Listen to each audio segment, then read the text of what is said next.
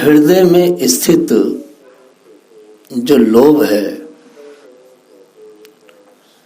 यदि व्यक्ति इसको मार लेगा तो भगवान हृदय में आ जाते हैं।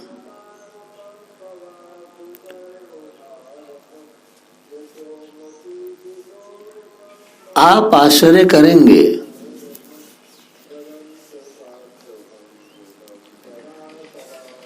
कि इंद्रियों की शुद्धि के बिना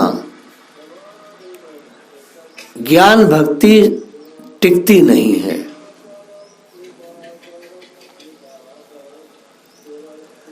सत्कर्म से चित्त शुद्ध होता है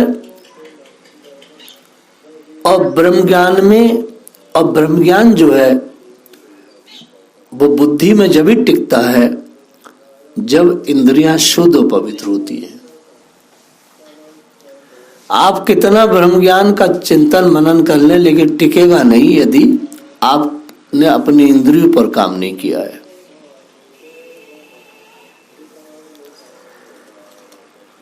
विदुर जी ने प्रश्न किया है मैत्रेय जी से, मैं कर्दम और देवहूति के वंश की कथा सुनना चाहता हूं महाराज। भगवान कपिल ब्रह्म ज्ञान के स्वरूप हैं। कर्दम का अर्थ है इंद्रियों का दमन करने वाला। कर्दम अर्थात जितेंद्रिय। अगर मनुष्य कर्दम नहीं बनता है तो भगवान कपिल अर्थात सांख्य योग वो नहीं कर सकता है। एक बहुत ही रहस्य की बात यह है कि लोग किताबें पढ़ के यूट्यूब से और आदि आदि चीजों से ज्ञान को प्राप्त कर रहे हैं, लेकिन ये ज्ञान जो बाहर से आता है ये उत्पात मचाता है। शरीर में सत्वगुण की जब वृद्धि होती है तो अपने आप ज्ञान का झरना फूट पड़ता है और ज्ञान प्रकट हो जाता है, ऐसा उपनिषद कहता है। शरीर में जब सत्वगुण आएगा तो अपने आप ज्ञान का झरना फूटेगा। अपने आप अच्छी अच्छी बातें करने लगेंगे, सुंदर सुंदर बातें करने लगेंगे। उदाहरण की दे रहे हैं कि मीरा जी ने कोई शास्त्र नहीं पढ़े थे और तुकाराम महाराज कहीं विद्यालय नहीं गए थे और इन लोगों के मुख से ज्ञान का झरना बहा। शरीर में सत्वगुण की वृद्धि ही ज्ञान की प्राप्ति है। शुद्ध आहार, शुद्ध आचार, शुद्ध विचार से सत्वगुण की वृद्धि होती है। सत्गुण बढ़ेगा तो ज्ञान मिलेगा। सत्गुण बढ़ता है संयम से, सदाचार से। सत्गुण बढ़ने से अंदर से ज्ञान का स्फुरण होता है और जीव के सुधरने से जीवन सुधरता है। ये कुछ चीजें हैं जो कि उपनिषद के श्लोकों का ट्रांसलेट जो मैंने आपके सामने बोला।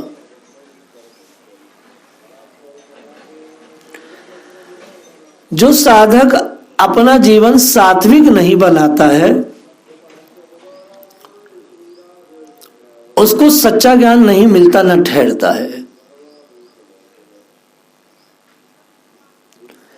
जितेंद्रिय बनने के लिए सरस्वती के किनारे रहना होगा। सरस्वती के किनारे रहने का अर्थ होता है कि आपको विद्या अनुशीलन करना होगा और आप जानते हैं कि विद्या अनुशीलन ब्रह्मचर्य से होती है। ये सरस्वती का किनारा है। सरस्वती का किनारा माने सत्कर्म का किनारा माने विद्या अध्ययन। यमुना जी भक्ति का स्वरूप है, गंगा जी ज्ञान का स्वरूप है और सरस्वती सत्कर्म का स्वरूप है। आचार्य सुखदेव राजऋषि परीक्षित को कथा सुना रहे हैं। ऋषि कर्दम सारा दिन तप करते थे, सारा दिन तप करते थे।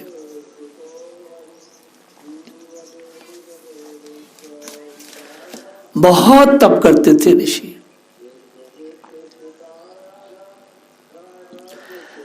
तस्याम से वे महायोगी युक्त्याम योग लक्षण। कर्दम प्रजापति हैं और तब क्यों कर रहे हैं, आगे बात खुलेगी। हम कर्दम जी को यही छोड़ते हैं और मां देवहूति का वर्णन करते हैं थोड़ा सा।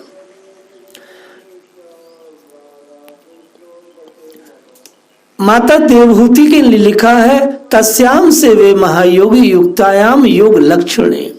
माता देवहूति योग के लक्षण यम आदि से संपन्न थी।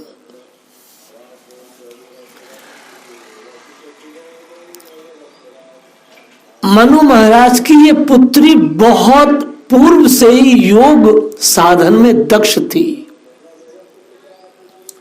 छोटी सी राजकुमारी और पूर्व से ही योग साधना के लक्षण उनके अंदर थे। वे महायोगी युक्ता नाम योग लक्षण है। कोई भी स्त्री अपने अवयव से पता लगा देती है कि वो क्या है। योग कोई बाहर से नहीं आएगा, योग के लक्षण आपको अंदर से पूर्व काल से ही महसूस हो जाते हैं शरीर से। बहुत छोटी सी बच्ची थी तो छोटी सी बालिका के अंदर वह लक्षण थे जो बड़े बड़े ब्रह्मनिष्ठ योगियों के शरीर में होते हैं। इसलिए कहा गया है युक्तायाम योग लक्षण है। कहते ना भाई ये लड़का बड़ा योगी है, पूर्व का कोई योगी है, इसके लक्षण ऐसे हैं। तो ऐसी मनु शत्रुपा कहते हैं ये जो देवहूति है ये तो पूर्व जन्म की बहुत बड़ी योगिनी है, क्योंकि इसके अंदर जो व्रत इत्यादि के जो नियम है, यम आदि धारणा के जो नियम है, ये तो किसी योगी के हैं।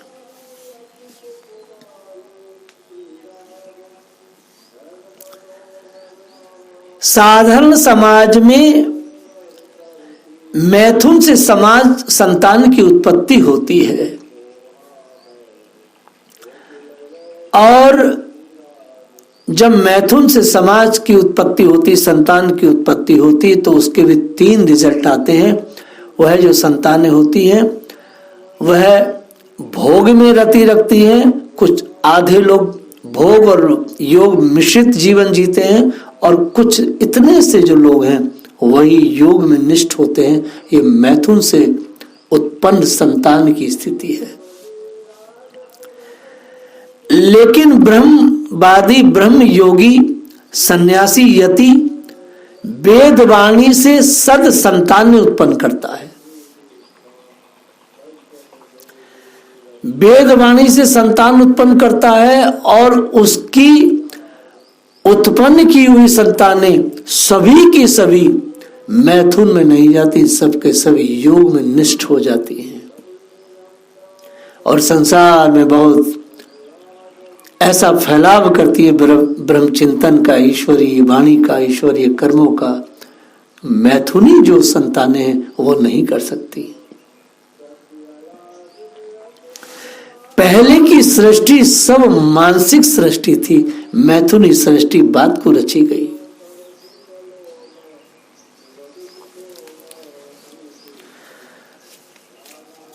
ब्रह्मा जी ने ऋषि कर्दम को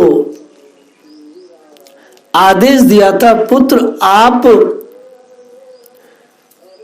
प्रजापति हैं, विवाह करें और संतान की उत्पत्ति करके आप जो है इस विराट सृष्टि में अपना सहयोग करें। जब ये आदेश ब्रह्मा जी के द्वारा मिला कर्दम ऋषि को, तो कर्दम ने क्या, ततः समाधि युक्तेन क्रिया योगीन कर्दमः। ततः समाधि युक्तेन क्रिया योगीन कर्दमः। ऋषि सरस्वती के तट पर बैठ करके क्रिया योग से समाधि में युक्त हो गए। संसार में किसी ने भी कोई मूर्ति पूजा नहीं किया, सबने क्रिया योग किया, सबने क्रिया भक्ति की। 10,000 वर्षों तक तप किया।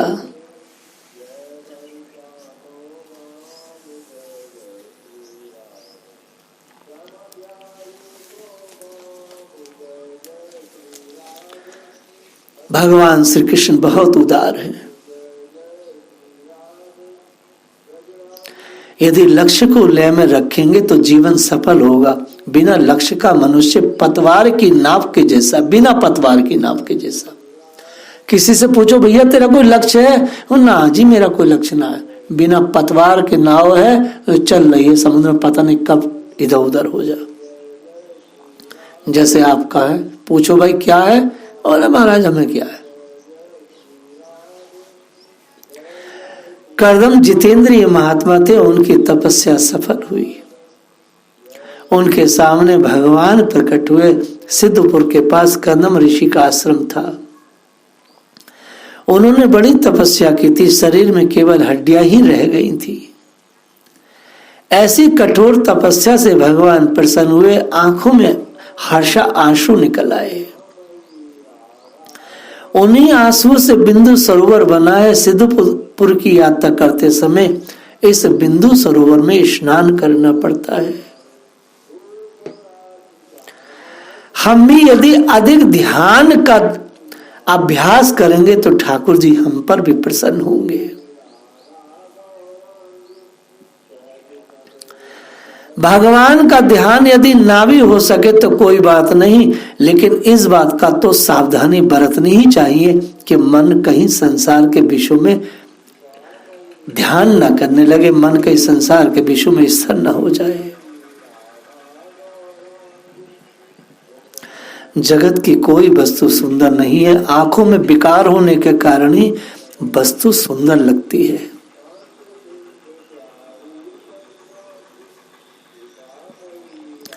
शरीर की नहीं, हृदय की सुंदरता को देखना चाहिए। जगत की अपेक्षा जगत का सृजनहार अधिक सुंदर है। श्री कृष्ण सुंदर है, ऐसा बार बार विचार करने से भक्ति का उदय होता है। एक ईश्वर ही नित्य सुंदर है। ठाकुर जी के दर्शन करने से आंखें सफल होती हैं। कर्दम कहते हैं महाराज आपके दर्शन से मेरी आंख सफल हुई।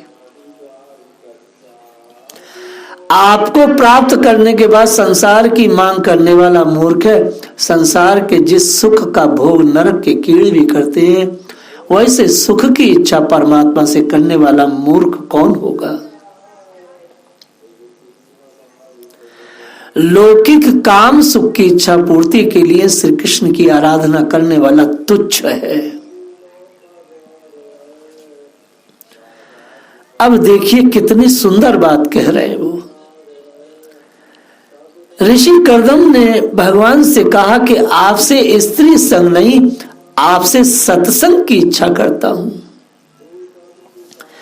मुझे ऐसी स्त्री दीजिए कि जो मुझे प्रभु की ओर ले जाए। ऐसी पत्नी मुझे मिले कि जब कभी मेरे मन में पाप आ जाए तो वह मुझे उस पाप कर्म से रोके और प्रभु के मार्ग में ले चले। मेरा विवाह संसार सागर में डूबने के लिए नहीं, किंतु तैरने के लिए हो। कृष्ण सेवा महान धर्म है। मैं काम सुख नहीं मांगता महाराज। शास्त्र में पत्नी को काम पत्नी नहीं, धर्म पत्नी कहा गया है। हे प्रभु, ब्रह्मा जी ने विवाह करने के लिए मुझे आज्ञा दी थी। मैं पत्नी नहीं, घर में सत्संग चाहता हूं। स्त्री का संग काम संग नहीं, सत्संग है। धर्म के आचरण के लिए पत्नी है। तथा से चाहम परिबोधु कामः समान शीलाम गृहमेद धेनुम उपीहेवान मूल शेष मूलम दुराशिह कामाधु अग्रे पश्य समान शीलाम गृहमेद धेनुम। हे ठाकुर जी, समान शीलाम गृहमेद धेनु। भागवत जी का श्लोक कितना सुंदर है। तथा से चाहम परिबोध कामः न समान शीलाम गृहमेद धेनु। प्रभु में काम नहीं चाहता, प्रभु में भोग नहीं चाहता। आपकी सेवाओं के विस्तार के लिए मुझे एक जीवन संगनी चाहिए।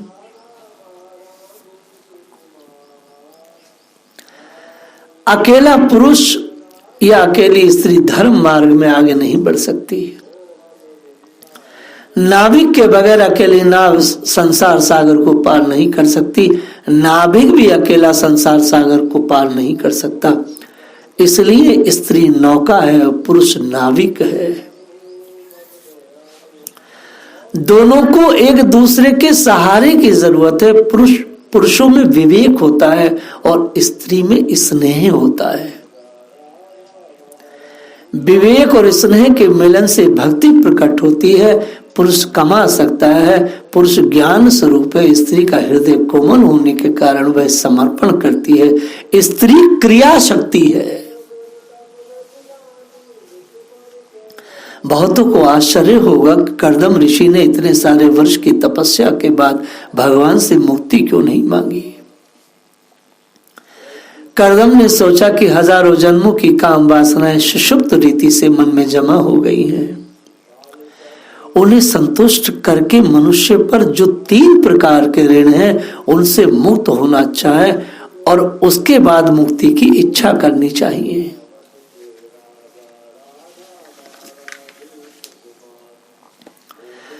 भगवान ने कहा, देखो 2-3 दिन के बाद मनु महाराज तुम्हारे पास आएंगे, अपनी पुत्री देवहूति तुम्हें देंगे। परमात्मा ने आज्ञा दी कि मनु महाराज कन्या लेकर आए। तब नखरे मत करना, आजकल के लोग तो वही लड़की को देखते हैं। पति पत्नी पवित्र जीवन जिए तो उनके यहाँ जन्म लेने के लिए भगवान की इच्छा होती है। भगवान ने कहा कि मैं पुत्र रूप में तुम्हारे यहाँ आऊंगा, जगत को मुझे सांख्य शास्त्र का उपदेश करना है। ऐसा कहकर श्री हरि वहां से विदा हो गए। नारद जी मनु महाराज के पास आए, उनसे कहा तुम कर्दम को कन्या दान दो। मनु महाराज शत्रुपा और देवहूति के साथ कर्दम ऋषि के आश्रम में आए हैं।